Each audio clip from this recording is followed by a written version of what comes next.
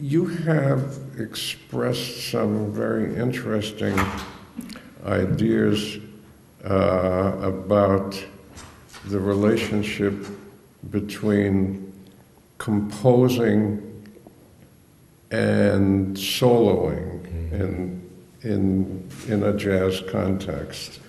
And I was very intrigued by what you said. There was a lengthy interview with you in the New York Times a few years ago with Ben Ratliff, and you said some very sort of, maybe I wouldn't call them controversial, but they were very pointed about the relationship between soloing and the context of a composition. Yeah.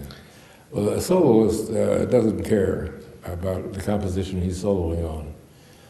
He learned some stuff, and now it's mainly Coltrane, and various people will be the influence. And so he's going to stand up, or she's going to stand up, to be BC, and they're going to play what they learned last night or this year. And you listen to old Ellington records, they've 4 or 8 bar solo, and it's seamless. The solo comes from the ensemble and blends right back in. Woody Herman's band, that great band in 46, 48, same thing happened. So I began to feel that the soloist was being given unwarranted power. So I suggested, don't take your hands off the soloist. Background, somehow always don't leave the room and play tennis while he plays for 10 minutes. And then with Mulligan's band, which we learned from Basie, I guess, and with Thad's band, especially, Thad loved backgrounds. So Jerome, Snooky, and I were the background kings. And he'd be up there, one more, and Joe Farrell is playing, or whoever, Eddie Daniels. You couldn't hear them.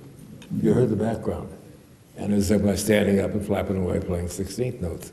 But it was wonderful. The excitement was there, and the soloist didn't matter. The soloist was the background for the backgrounds. Yeah. So that's why I got interested in that fact. And therefore, it has caused,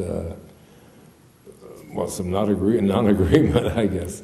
But I don't really, my only rule in teaching writing was the first solo only happens when absolutely nothing else can. In other words, the composer is completely exhausted his idea and his development of that idea, and then at some point there would come some soloistic activity.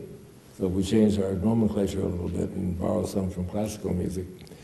Then he has activity, so you can give him some notes or some rhythm cells to play, because he's yours. Liebman and I were on a panel one time, and Lieb said, in effect, what I want is the arranger to set up a good background for me. And I said, I love you and your work, David, but if you're working for me, I want you to do what I want you to do. So it's a different head. So I wanted him to play my music like I want him to play my music, not the way he wants to play my music.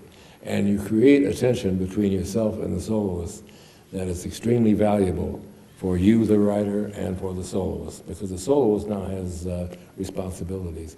Just Ed Partika wrote, or gave me a 70th birthday present, a big band in Europe, and McNeely and Manny, but Maria wrote a thing called Anthem, and it gets to the concluding chorus, and I had to write down the background because I had to respond to that.